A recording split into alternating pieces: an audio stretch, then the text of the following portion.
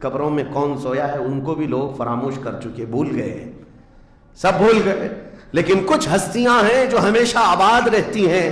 یہ وہ لوگ ہیں جنہوں نے اس روئے زمین پر اپنی ذات کے لیے نہیں، اللہ کی رضا